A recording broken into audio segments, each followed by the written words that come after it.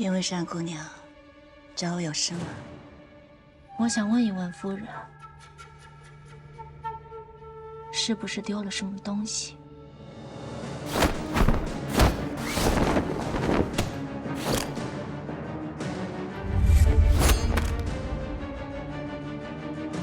你怎么知道我丢了东西？是不是你偷的？说。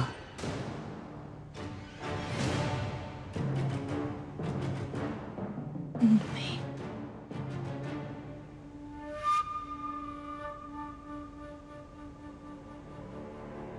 你说什么？物品，物具。我说物品物具。夫人何出此言？如果不是你偷的，你怎么知道我丢了东西？是金幡和公园纸。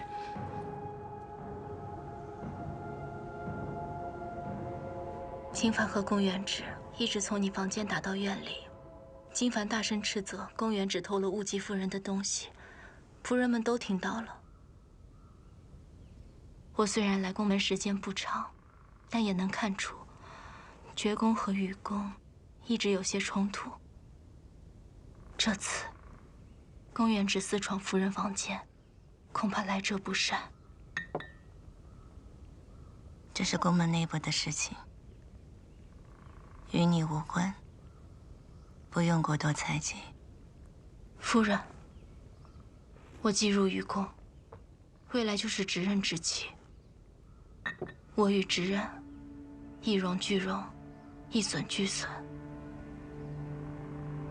公园纸在我房间偷东西，怎么被你扯到执刃身上去了？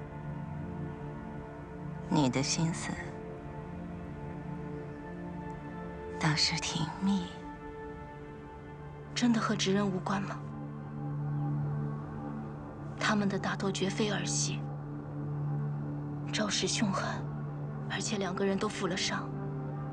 抛开公园纸暂且不提，金幡如此倾力维护，必定和执刃有关。你倒是看得透彻。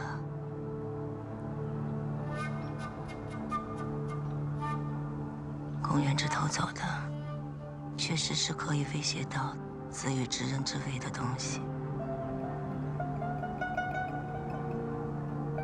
和执刃的身世有关。你也听信了那些传言，为了公子羽，你愿意冒任何险是吗？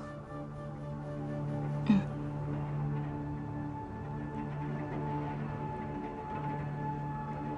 我丢的东西，正是子羽母亲兰夫人怀孕时期的疑案。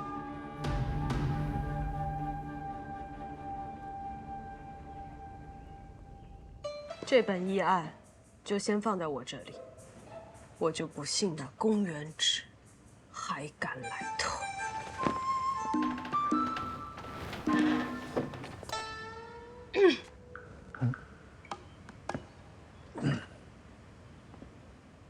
公园纸我不怕，大不了再打一次。我害怕的是宫上诀，还有你。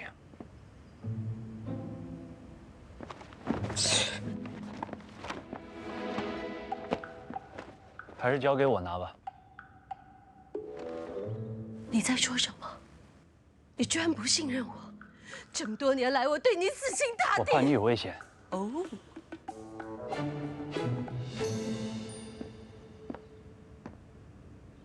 哦。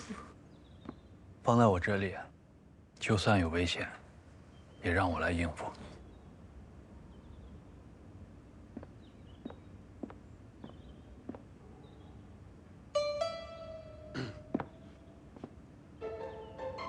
哎呦，哎呦！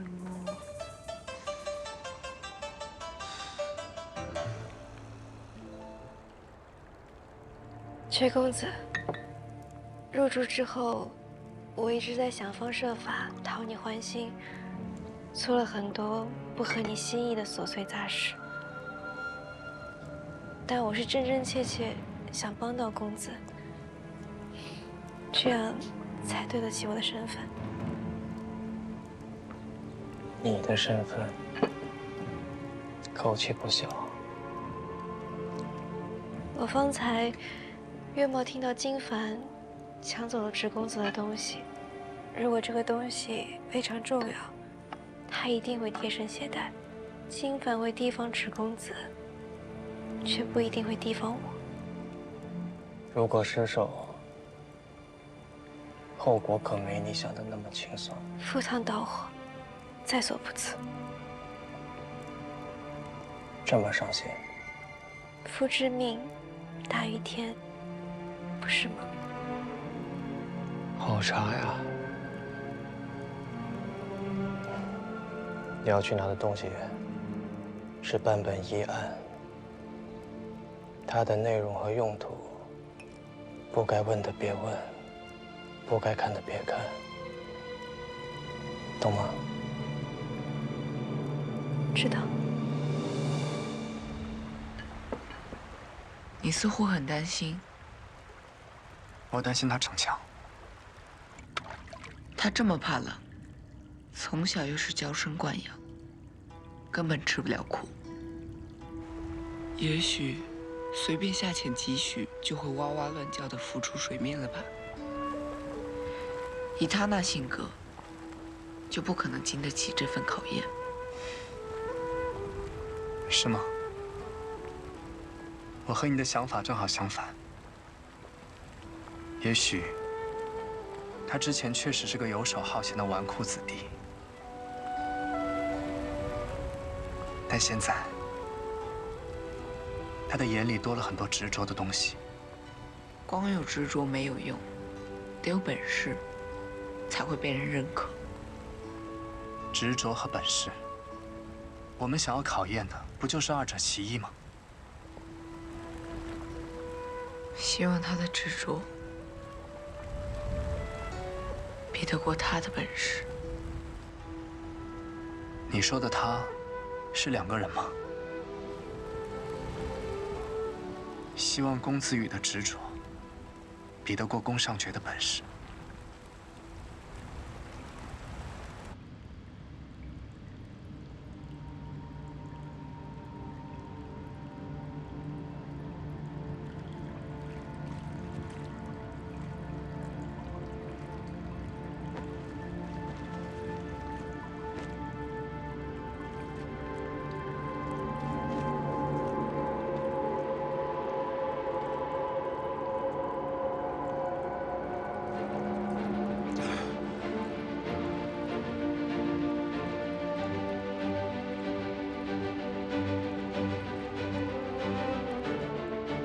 这么矫情，你不配当我宫红羽的儿子。公子羽也配做执刃？论身份、能力、德行，一样都不沾。您凭什么说自己担得起这个位子？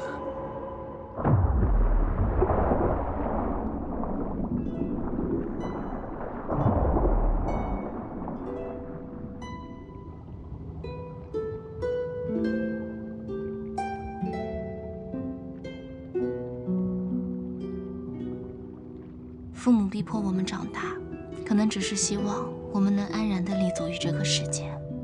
那爹爹先教你口诀，你先背起来，好不好啊？好。寒气云霄入，寒气云霄入，收发当自如，收发当自如，和和会丹田，会丹田，血漏心不惊。我倒希望他不要太执着，他身上那股不服输的劲头，一定会让他坚持下潜到分流线。分流线之下的池水，就不再是寒冷，甚至是温热舒适。但是，他没有强大的内力，将呼吸控制精准，肺里剩余的空气，只够他立刻上浮。如果他坚持执着地继续下潜到池底，他会怎么学？所以我才说，希望他不要过于执着。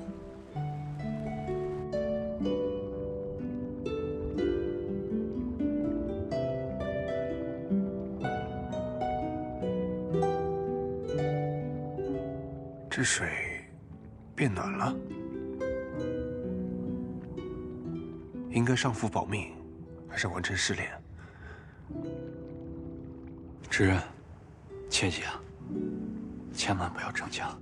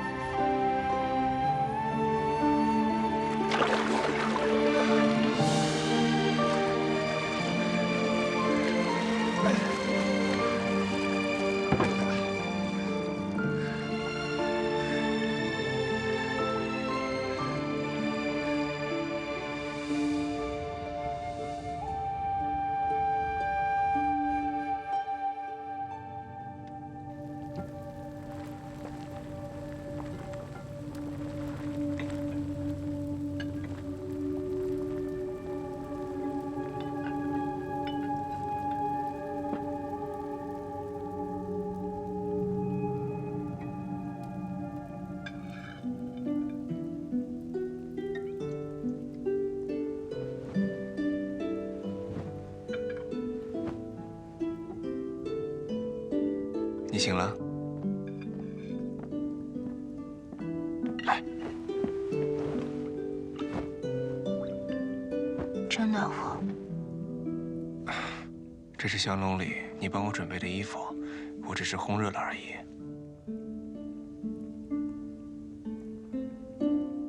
我很好奇，你们是怎么突破寒冰池的？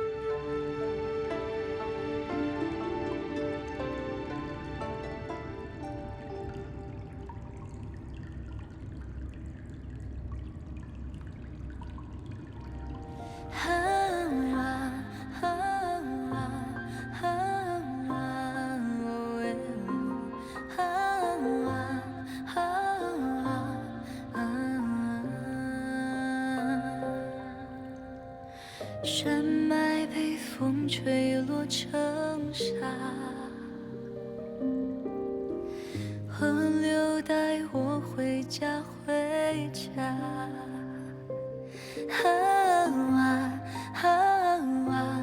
天上云不说话，你在哪？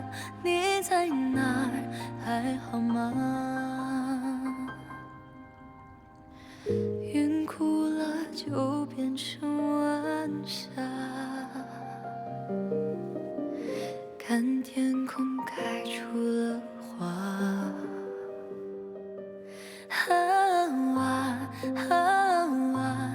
云和你能遇见吗？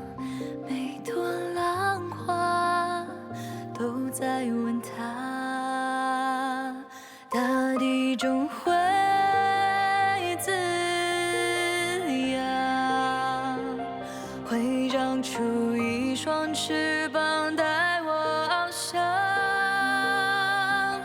与你不一样，你们总是对我讲，而我心上有一点光。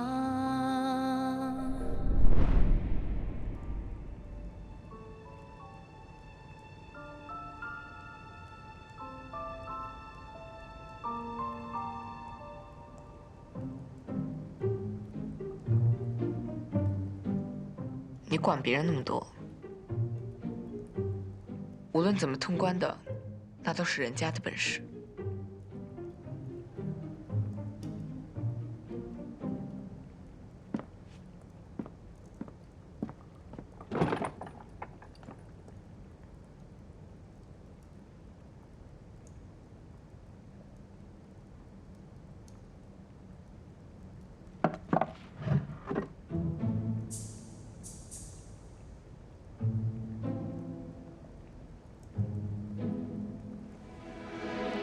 你们雪宫的秘籍都是隐形的吗？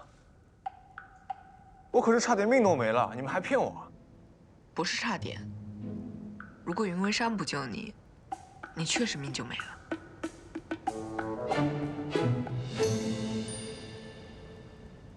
那你知道，是我们两个人合作才成功的啊？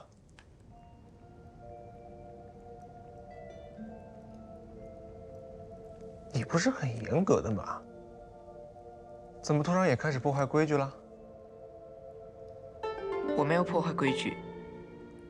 试炼过程中不允许任何外人插手干预。但你确实到达了水底，也拿到了盒子。按照试炼规矩，成功取得盒子，就算试炼通过。其实你进入寒池之后，他早就到你旁边了，随时准备救你。那等一下，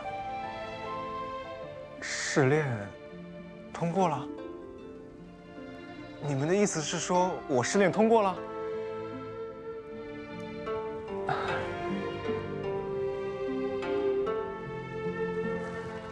千年寒冰莲池的极度深寒，除了能让试炼者体能崩溃、内力飞速耗损之外，还会因为极寒而惑人心智。潜入之人若心智不定，必定中途放弃。内心坚定强大者，才能死守本愿，坚持潜到池底。寒池下方有地脉暗流，所以下半水质温热。试炼者只要有强大的决心，坚持过前半段的极寒，就能够成功。而往往内心摇摆的人，在中途就返回水面了。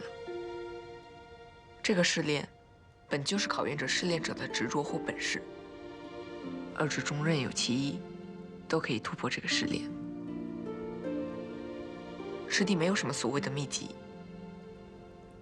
秘籍就是突破你自己。你的，我的救命之恩，不提也罢。我是说，你的粥糊了。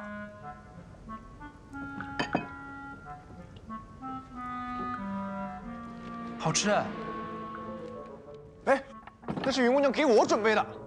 没事。小气。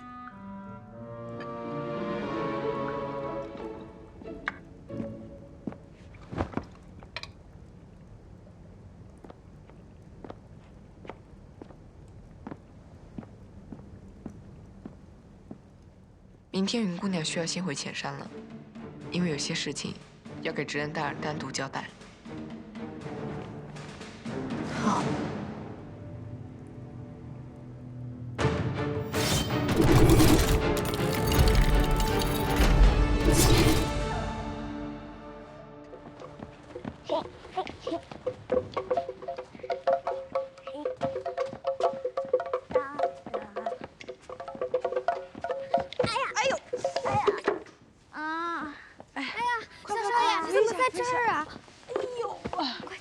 脏了，没事吧？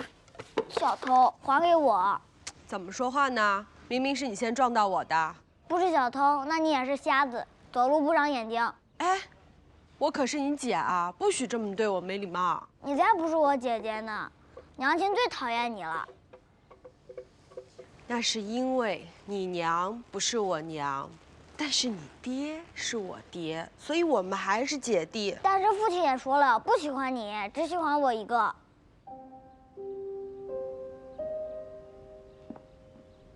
我们先走吧。她算什么公主？我才是上宫的公主。父亲等我长大了，他就该把位子还给我了。不哭不哭，我们快起来，我带你去医馆。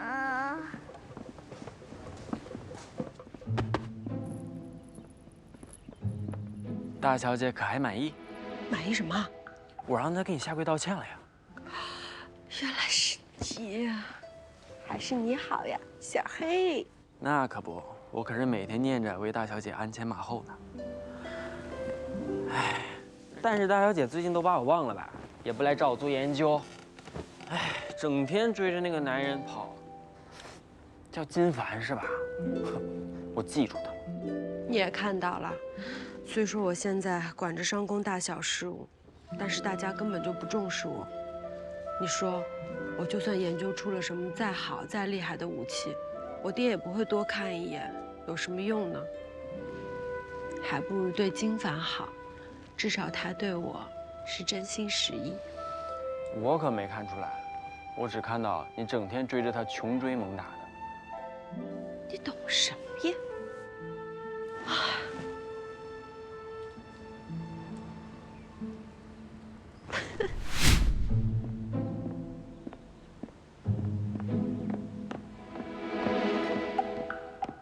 大小姐，雨公子说这是今年的山梨，知道你喜欢吃，让我拿了一些给你。大小姐，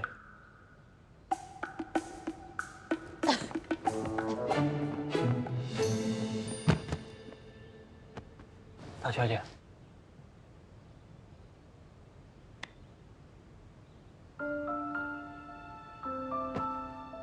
你发烧成这样，怎么没个人照顾啊？家人们呢？我带你去医馆。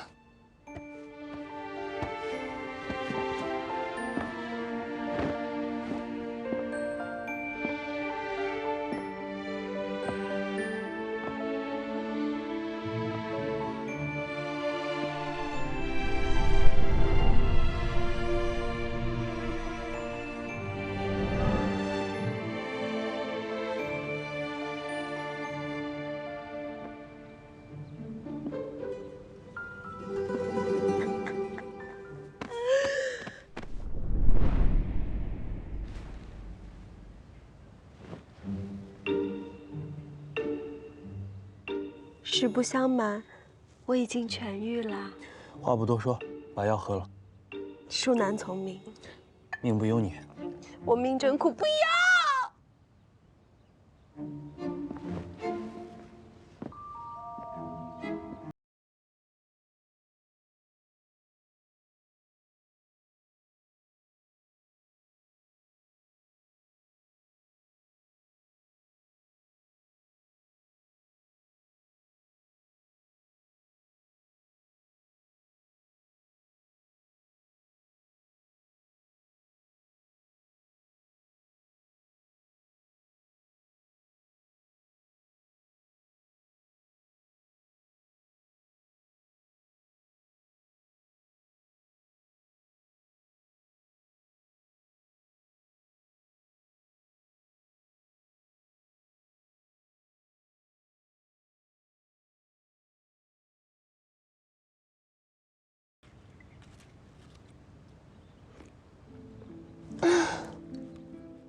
苦中带甜，甜中带苦，难道这就是爱情话本里说的“爱之甘苦，情之滋味”？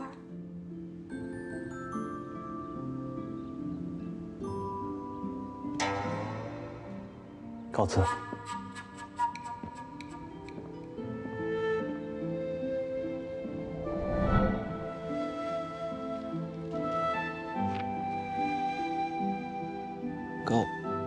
告辞了。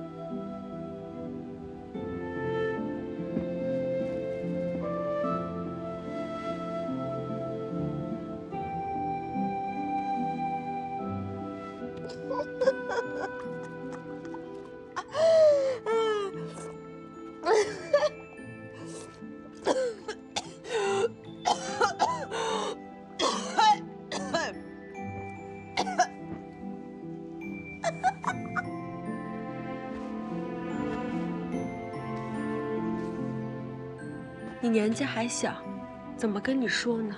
男女之间的事，岂非三言两语可以说清的？你又胡说，我明明比你大。你除了脸哪儿比我大了呀？你说你一个厨房管杂事的下人，偷偷往我这跑，你要是被别人发现了，你这完蛋了你！那你又不来找我，我只能来找你了呀。你不知道，最近宫里发生了好多好可怕的事情，我怎么跟你说呀？我且惊且烦且害怕着呢。那你慢慢和我说，我帮你压压惊。行，一边压一边说。事情是这样。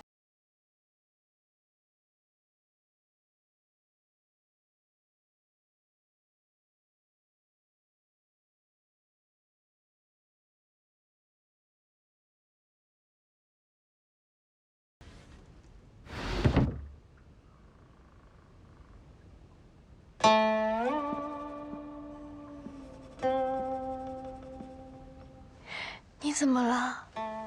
脸色看起来这么不好。刚从后山回来，感染了一点风寒。这时候受寒，多好呀！我巴不得受寒，五脏六肺都要烧起来了。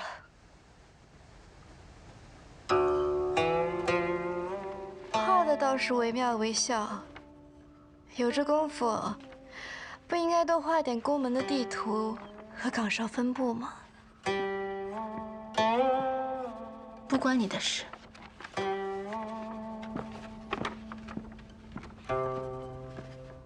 话说，公子羽对你这么上心，你和金凡的关系应该也不错吧？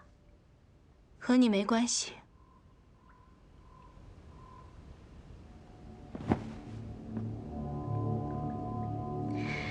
以前没有，现在有了。我需要你去靠近金凡，拿他身上一样东西。帮不了，你自己去拿。是帮不了，还是不想帮？帮不了，也不想帮。上次你还欠我个人情，怎么，是不想还了吗？还人情可以，但你这是要我的命。你要我去偷金凡的东西，搞不好连命都会搭进去。你不是刚帮宫元直送过药？那金凡的身手如何，你不可能不知道。我知道，所以金凡这个人肯定不简单，一个绿御史，本事有点高得过头了。我和他交过手，虽然胜了，但他和我交手的时候，连3成功力都没用上。既然他让着你，那你偷起来不是更方便吗？上官浅，你以为我不知道你要的是什么吗？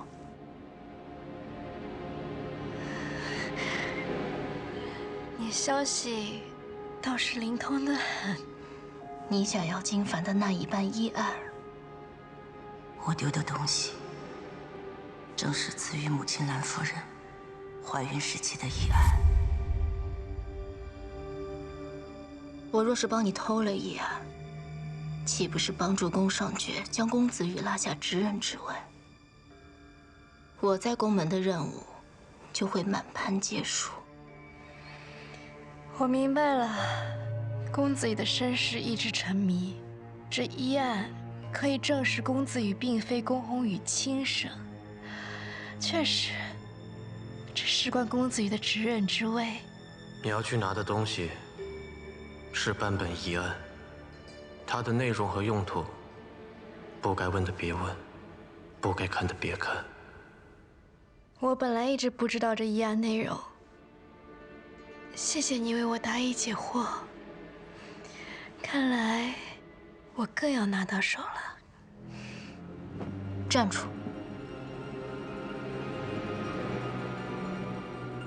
你拿到手了，我不就输了？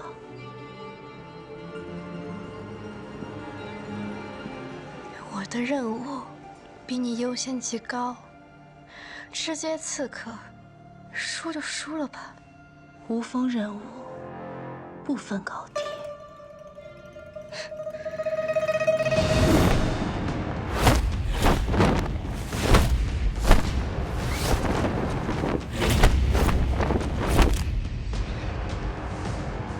和我同样等级，不分高低。这些本来就是其次，能帮到我，是你的福气。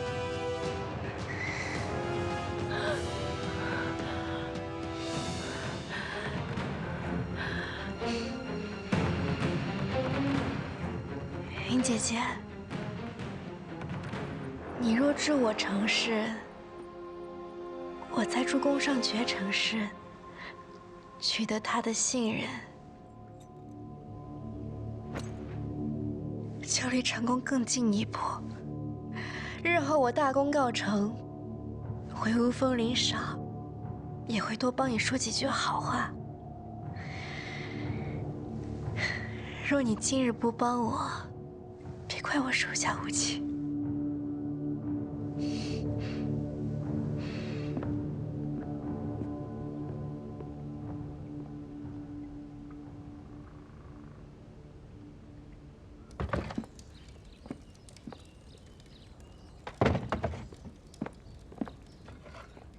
云姑娘做糕点呢？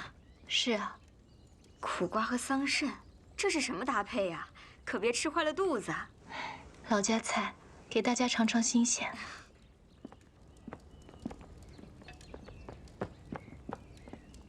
云姑娘，给金侍卫留的饭在哪儿？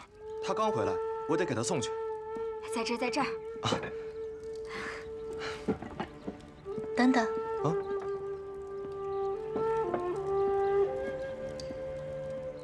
金侍卫最近也劳累得很，拿几个糕点给他送去吧。是。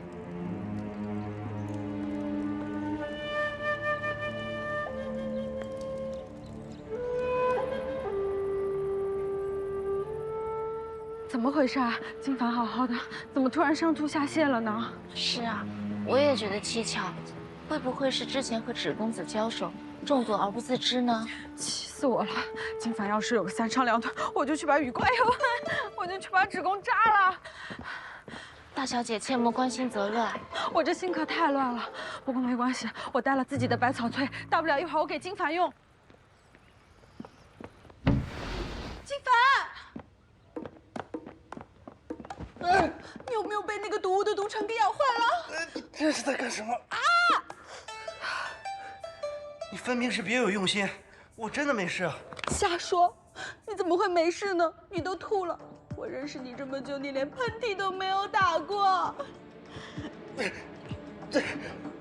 你才是被宫原芷的毒虫给毒傻了吧？我必须确认你是否没事。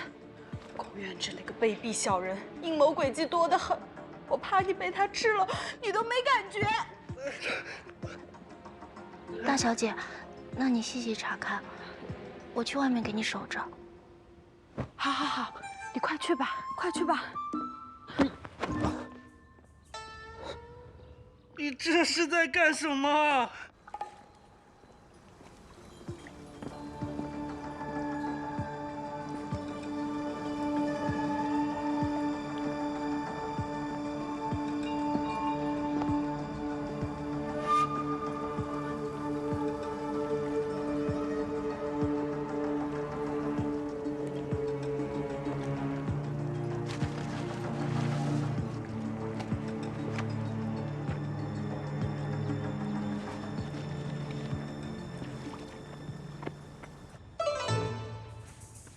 都看过了，确实是完璧无瑕，一点伤口都没有。金凡，你皮肤保养的真不错，教教我，教教我呀！天生的。换个衣服还装模作样的叫我出来，假惺惺的。你们每天在侍卫营里不都光着膀子跑来跑去啊？不好，依案不见了。啊？对了，我跟宫原芷交手的事情没有跟任何人说，你是怎么认定我被宫原芷伤到的？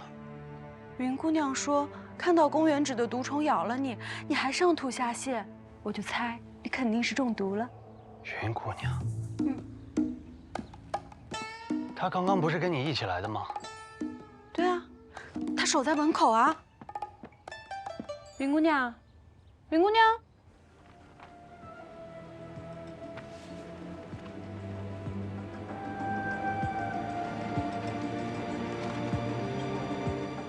觉公子没有其他吩咐，我就先退下了。等等，会吗？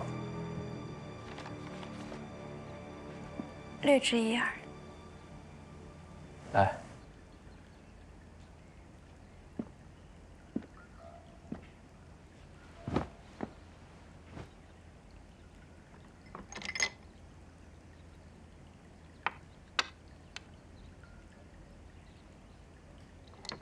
说说看，你是怎么拿到的？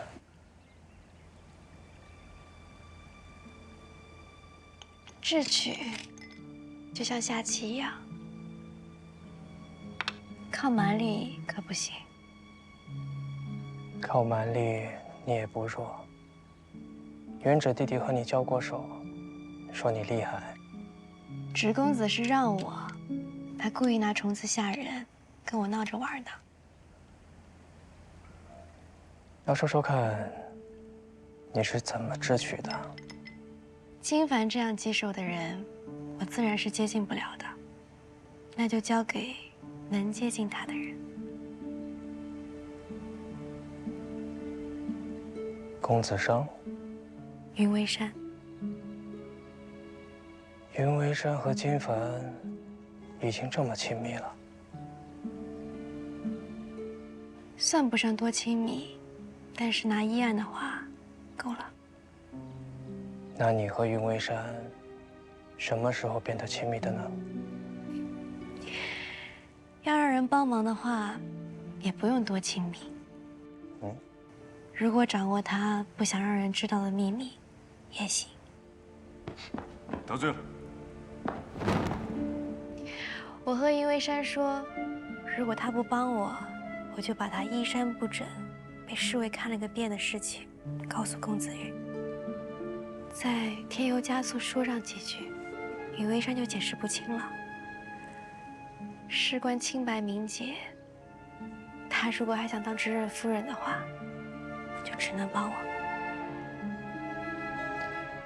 倘若云为山知道他帮你拿了一案之后，别说他的知任夫人，连公子羽的知任之位都没了，他估计会后悔死吧。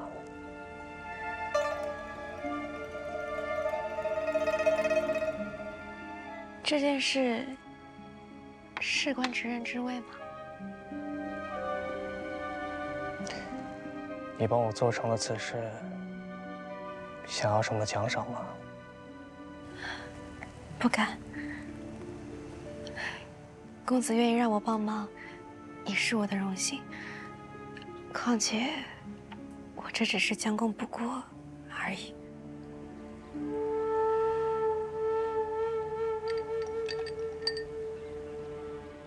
何过之有啊？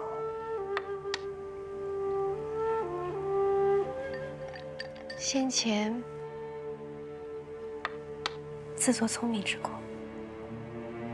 你不是自作聪明，你是真的聪明。但有时候，聪明反被聪明误。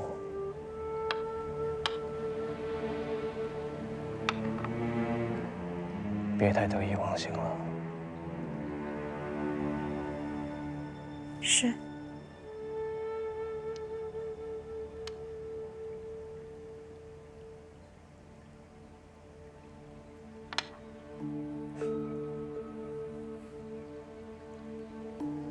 公子承让了。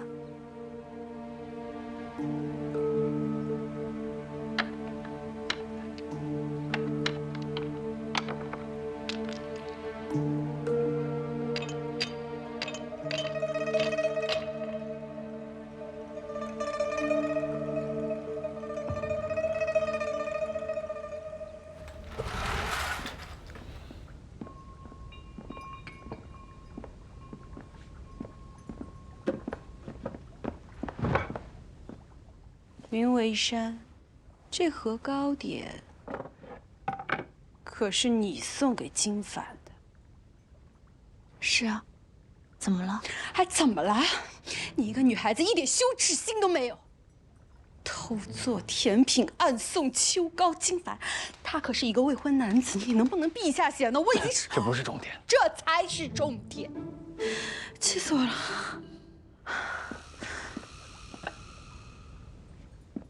桑葚和苦瓜，霜寒之物。云姑娘也是精通药理，怎么会以这2样东西为馅儿？我们已经去厨房问过嬷嬷和下人了，他们都说是你做了糕点放进金凡的食盒里，你休要狡辩。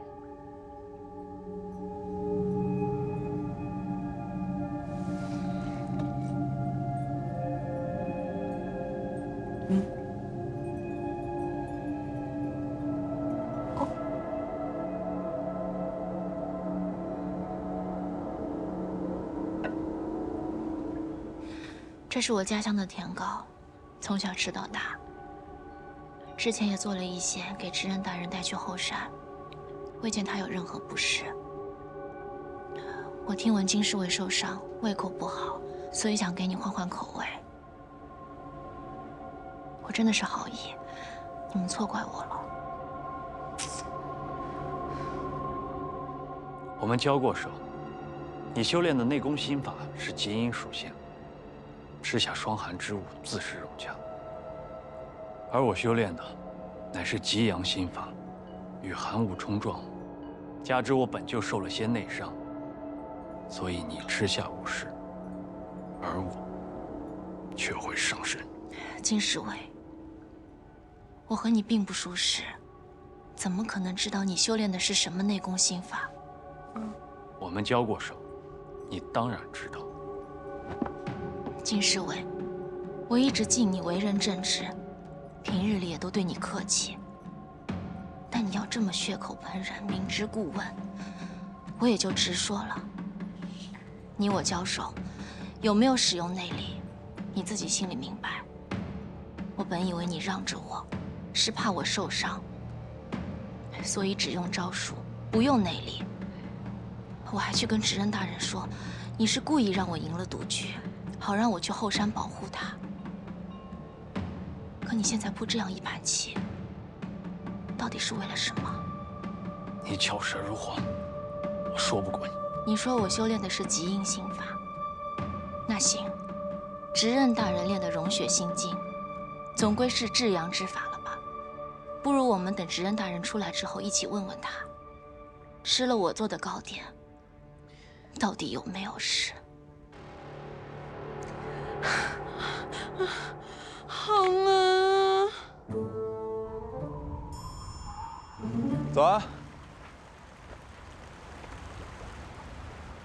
你们雪宫真的好多稀奇东西啊！这雪莲在前山可是珍贵无比，连医馆都经常断货，能不能给我几朵？不能。小气！又没问你要寒池里的极品雪莲，就这壶里的普通雪莲都不给，还把我糕点都吃完了。糕点随便做做就有了。这雪莲，我可是要养好几年才开花的。谁跟你说糕点随便做做就有了？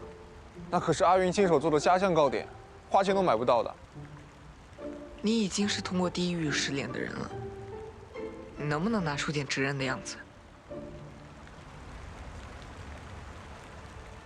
我们现在要传授你雪家刀法。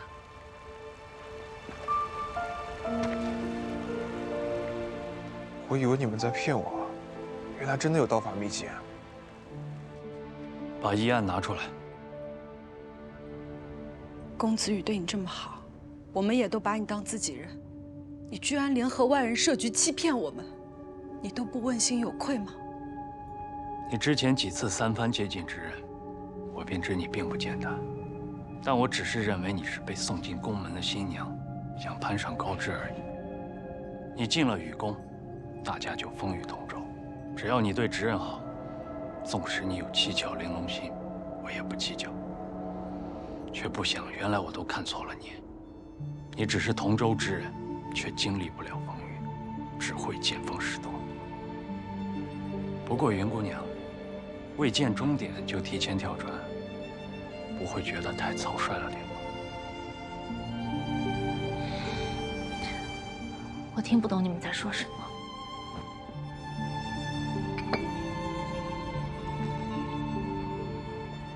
既然云姑娘不愿辩驳，那么我们也无需浪费口舌，一切等执刃出来再定夺。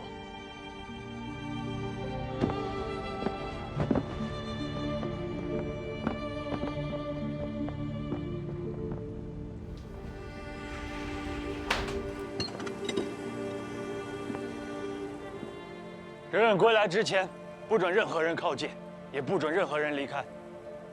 是。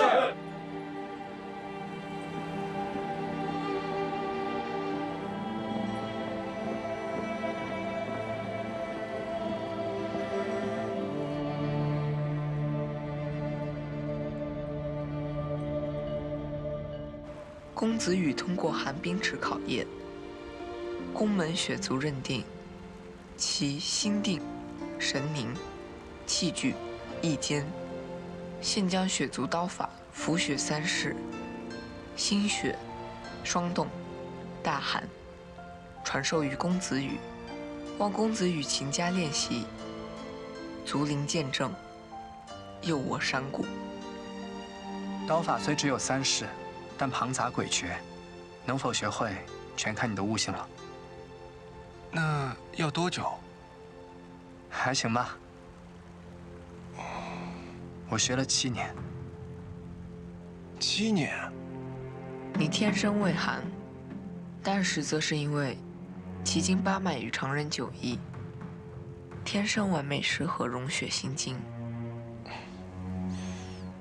如果再能学会浮雪三式，你就不再是空有执着，却没有本事之人了。我有那么厉害吗？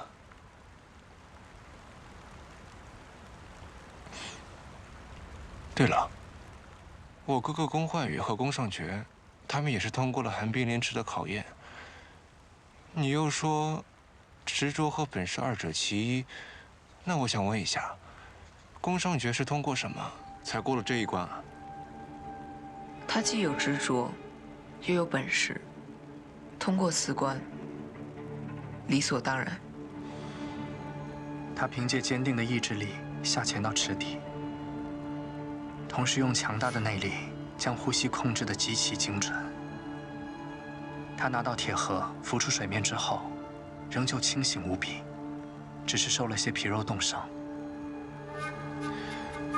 那你们是不是也教了他浮雪三式？他练会了吗？那就不知道了。那我一定要学会，到时候去会会他。真没想到，当年的爱哭鬼竟当上了执刃，担起了宫门的责任。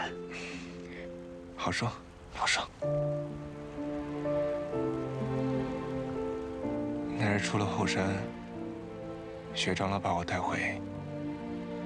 父亲足足关了我3个月禁闭，日日逼我练功。那是老执人对你寄予厚望。是啊，我现在明白了。可惜，我现在才明白。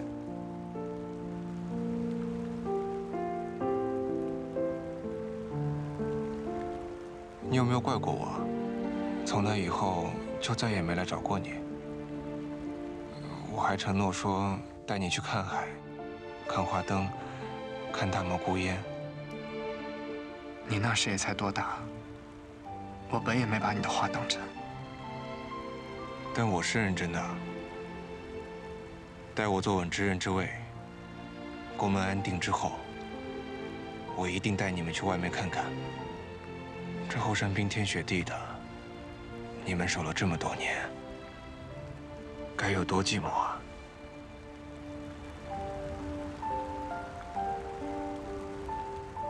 我既是雪氏一族的守宫人，外面的繁华热闹，此时和我没有半点关系。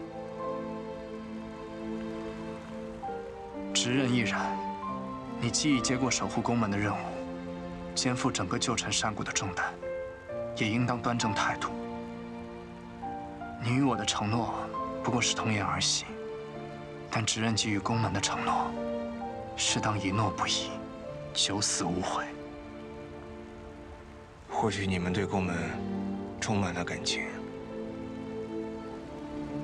但我只是一个从小被看轻的小角色罢了。我看过宫门女子被困的一生，虽然她们可能觉得自己很幸福，但依旧是笼中之雀，池中精灵。我也看到了宫门男子，明明有能力和无分抗衡，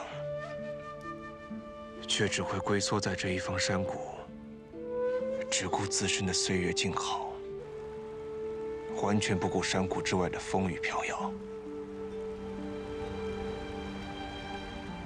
所以，其实我对宫门没有太深的感情。执刃已经不再是9岁的孩童，但满嘴却还是志气之言。无风势力庞杂，岂是一时冲动和满腔热血就可以撼动？江湖虽大，旧城山谷不也在江湖之中吗？我们守一方天地，不也为江湖守住一份光明和希望吗？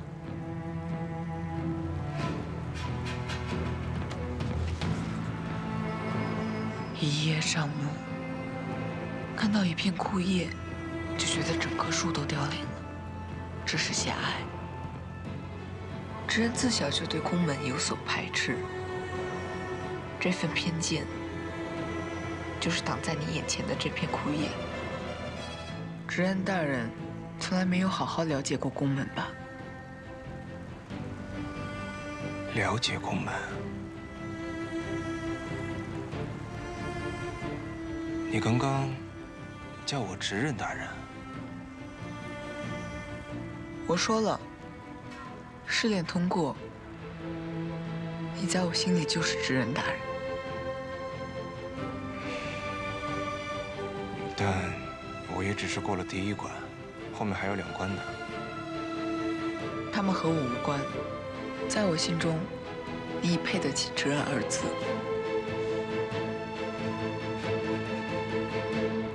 你呢？他都认可你了，我当然认可，这还用问吗？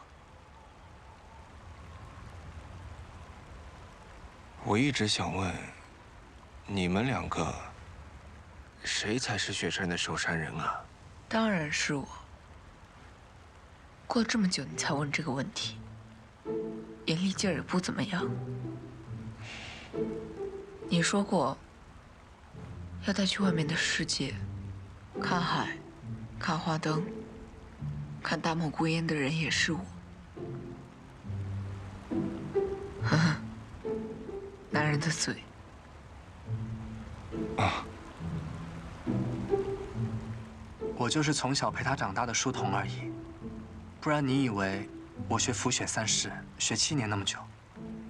那他呢？他学了多久？4年。4年？那也不快嘛，我还以为天资多么惊人呢。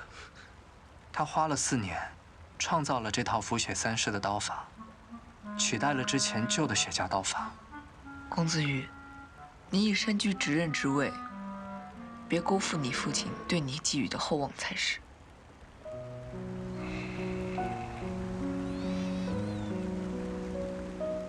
我父亲才没有对我寄予众望呢，他的期望全在我哥身上。我当上执刃，也只是因为宫门突发变故而已。你错了，你父亲对你用心良苦，继往之深，金凡就是证明。金凡，你就不奇怪吗？宫门之中，唯有执刃、一宫之主、长老以及继任少主才能够有资格配备贴身的御阶侍卫。你之前是何身份？怎么可能让金凡从小跟随你左右？可能是因为我父亲想在我身边安排个绿玉侍卫盯着我，害怕我在宫门外给他惹麻烦吧。你真的认为一个普通的绿玉侍卫就能够知遇三玉试炼的全部内容吗？什么意思啊？前山活动的都是绿玉侍卫，长老院和后山的守卫才是黄玉侍卫啊。当你老执刃顶住长老们的压力，好不容易让他们同意把金凡调到你身边，老执刃把你的安危看得和整个宫门乃至整个山谷同样重要。金凡真的是黄玉侍卫？不是，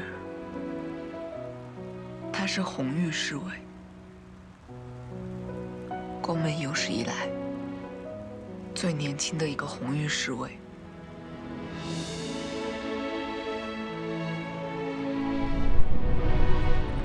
真的会有红玉侍卫吗？我觉得是老人们骗我们的。红玉侍卫，对我来说就是女娲和伏羲，都是传说里的人。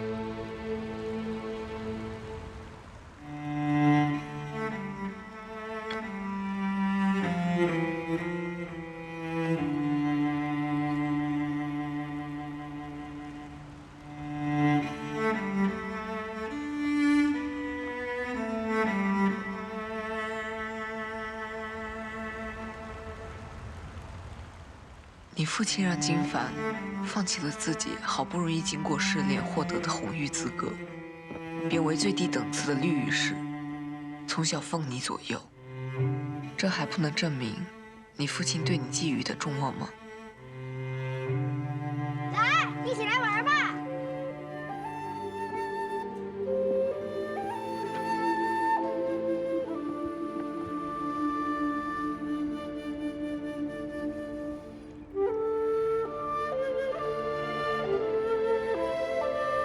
金侍卫，你已经守了1天了，要用膳吗？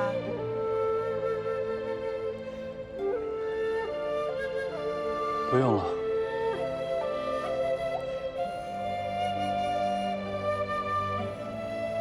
为了称得上你那1等1的侍卫，公子羽，你也要做一个1等1的执刃。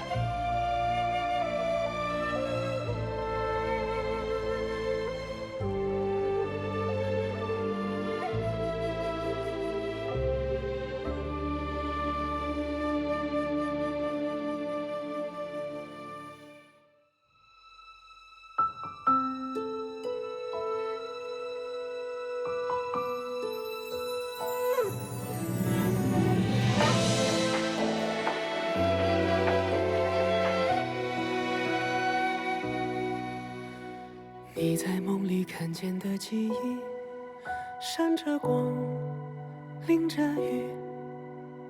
我把岁月布置成棋局，等着你。每次相逢都是运气，每次离别都是叹息。缘分在等到风落笔，你在梦里留下的痕迹，像谜语没谜底。